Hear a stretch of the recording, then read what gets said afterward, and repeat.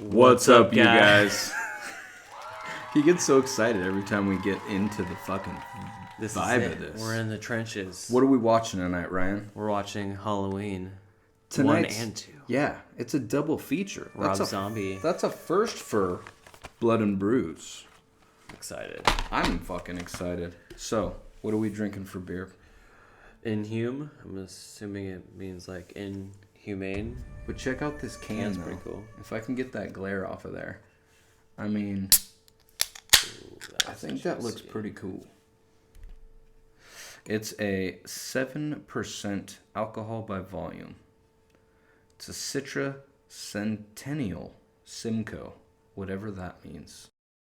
It means it's not a hazy. It's going to be like Bud Light. I like it. It's got a clean, crisp taste to it. It's not as citrusy as, say, a hazy would normally be. So, I'm definitely a fan. It's yummy. All right, you guys. On with the show. Dun dun dun.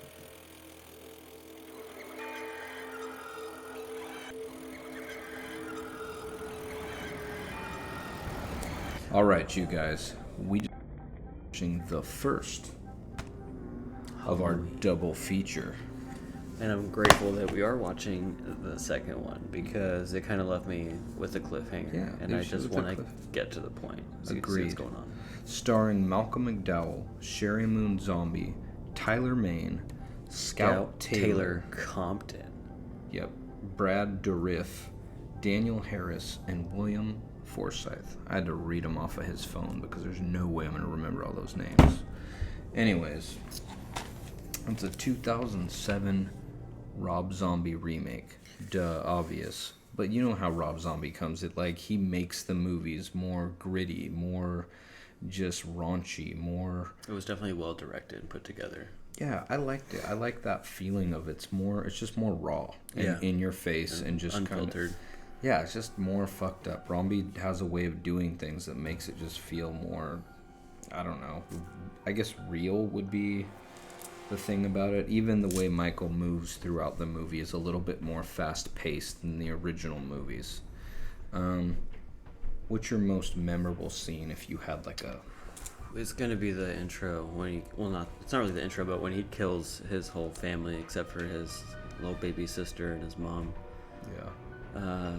I just like how they show him before he's like the big Michael Myers. You know? It basically goes through the psychology and what created the Michael Myers that we know of today. It started out showing him what he was killing animals.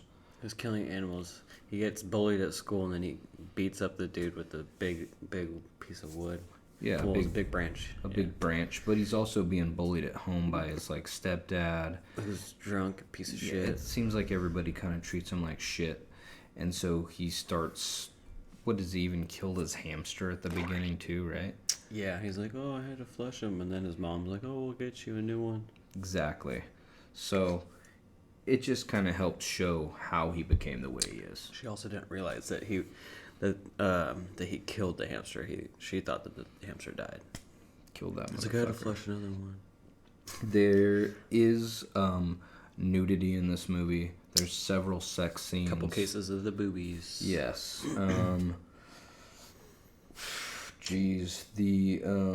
I feel like a lot of what this movie has is not so much jump scares, but it's more like the anticipation of waiting.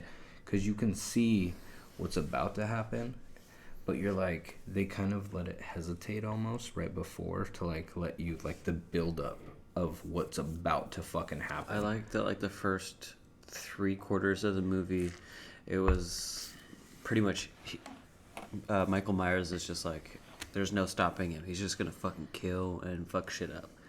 And I liked that because it was nothing's gonna stop him, no one's gonna get his way. And then finding out how he ends up getting the jumpsuit that he wears by killing some truck driver. And I mean, he was locked up in that fucking what was it, like a psych ward or Yeah, it was mental like- yeah. facility for like 20 years. And then he breaks out killing everybody. He's fucking killing everybody. What was that guy who wrote his name down? No. Which one? Oh, Danny Danny Trejo, Trejo, yeah. also has a cameo in this movie, which is great because who doesn't love Danny Trejo? He's been in so many fucking movies. Speaking of cameos, we also have Bill Moseley, Sid Haig. I mean, there's a lot of people in this movie. It was cool when I saw Bill Moseley and was like, hey, wasn't he just in that movie we watched the other Charlie's day? Farm. Charlie's Farm. But yeah, Rob Zombie tends to use him in a lot of his films for sure. On the gore scale, what would you rate this, Ryan? I was a little disappointed. I mean, it is in your face. It is a lot more gritty. But Savage or Grizzly. I think Somewhere between right here. so. My vote, I'm gonna vote Savage because even though it shows a lot, it still doesn't like get right. It isn't like showing you like the fucking it actually making contact. It kind of turns away, so it shows it, but it doesn't. So I'm gonna give it a Savage 0.5. we're gonna do Savage. 0.5. Okay, between Savage and Grizzly, we'll agree. But yeah, The death toll in this movie was quite high. I remember we were like not even that far into it, and we're like, so we already have like 10 deaths. yeah, it starts off pretty quick and then 5, escalates. 10, 15, 20. We got 20 and a half, but I think it might be like 20. Yeah, I'd say 20. Because we weren't sure if Bill Moseley actually got killed or if he just knocks him out when he's escaping. So that's why. We're guessing he's probably dead, but you know. All right, so we're about to watch the second one. Is there anything else you want to say about this? We told them that it wasn't safe for kids, basically. Yeah, definitely. We told them what the fucking gore scale is. We talked about all the actors in it. What else? The beer was tasty. I really like this. It's good beer. It's an Inhume India Pale Ale. Tasty. Love it. What could I say? I have a little bit of a crush on Sherry Moon Zombie. I'm not gonna lie. I don't know what it is about her. And then basically she starts out being a stripper in this movie, and the kids at his high school pick on Michael because of it. And they're like, they have a little cutout picture they say they're gonna make copies of and fucking post around the school. 50 cents for a blowjob and stuff like that. So he's really getting it at home. He's getting it at school. He's just always being fucked with. So he's always wearing a mask. And he likes to wear a mask a lot to hide. And also it shows how he disassociates between himself as a child and this person who doesn't even realize that he's doing things. So I liked the way they did that. I like the way they broke down the psychology of how Michael Myers kind of thinks a little bit. You know what I mean? And I like the fact that Michael Myers is like this WWE fighter. Oh, he's just right. Like this giant macho. Like after that 20 years of him being locked up, he's a big motherfucker. He's just like fucking people shit up. Like he like chokes one dude, and but he's slamming him against the fucking bathroom stall like he's trash.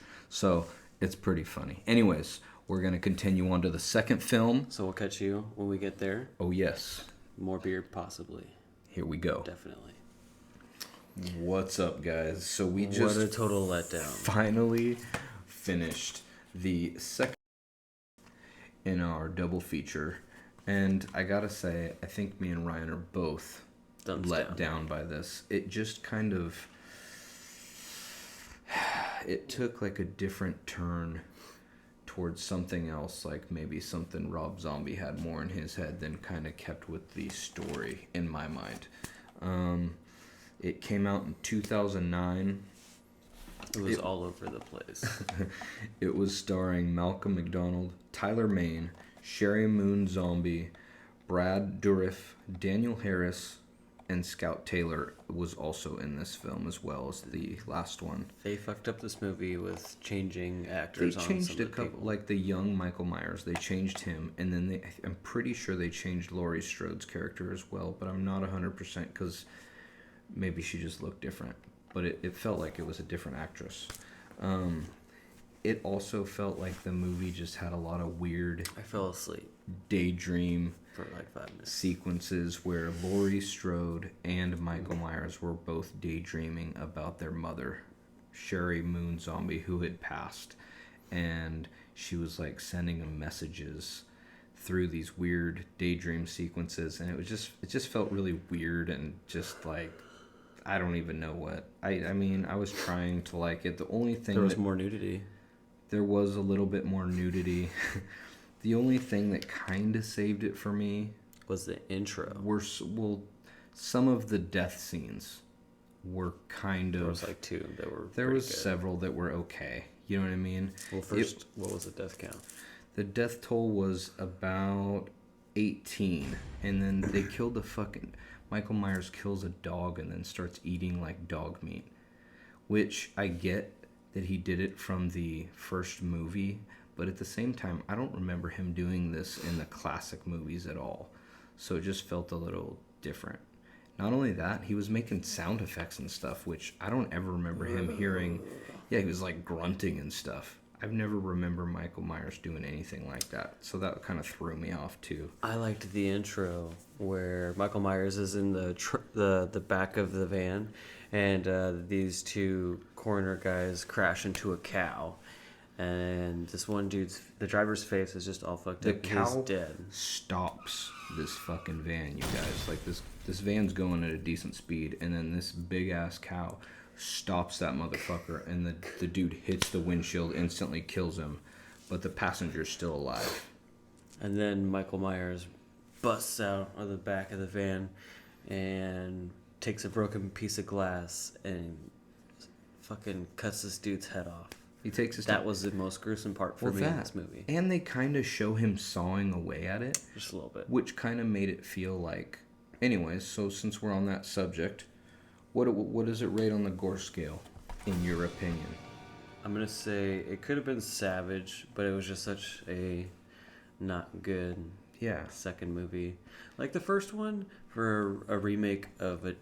It was decent. I liked it. It was good. I liked it. This was a letdown. So we're going to go with... Bloody and a half. Bloody. I'll go ahead and go with bloody. I agree with you there. I think it was bloody. You know, I feel like every time that Rob Zombie just had it in his hands and he just let it. Yeah, he kind of did just let it go. I mean, I feel like whenever they had like a brutal death scene, they'd always cut away and show like you could hear it, but they didn't really want to show it. So I don't know if that was like a Hollywood thing that they were doing it for, or what. Kind of felt like that. Maybe they were trying to get a different rating. I'm not sure, but yeah, it just kind of felt lower budget than the original one, or the first one that we just got done watching. Yeah, the first one was much better. Right? It felt like the quality of the way that they filmed it was just different. And the way they took the story. Yeah. And stages. it was weird. Laurie realizing that she's Michael Myers' sister. I don't know. It just seemed very stretched out. Yeah, like they were trying to squeeze every penny out of it. I probably would not recommend this. The second one. The first one, definitely recommend. I really liked it. I enjoyed it. I felt like it had a good, strong, but this second one... If you want to waste an hour and 45 minutes of your life... Don't watch the second one. Only watch the first one. He agrees. I'm pretty positive. I would watch the first one again. Second one, no. Thank you guys for watching. We appreciate it. You like, subscribe, hit that notification bell, all that stuff, all the goodies. Watch out for more parental advisory movies. These were both like parental advisory though. Showed a lot. Don't show your kids either of these Decent movies. amount of nudity. But if you like horror, check out the first one. The second one, I'm just kind of sad that I purchased it. I'm not gonna lie. See you guys on the next one. See you next time. Have a good night.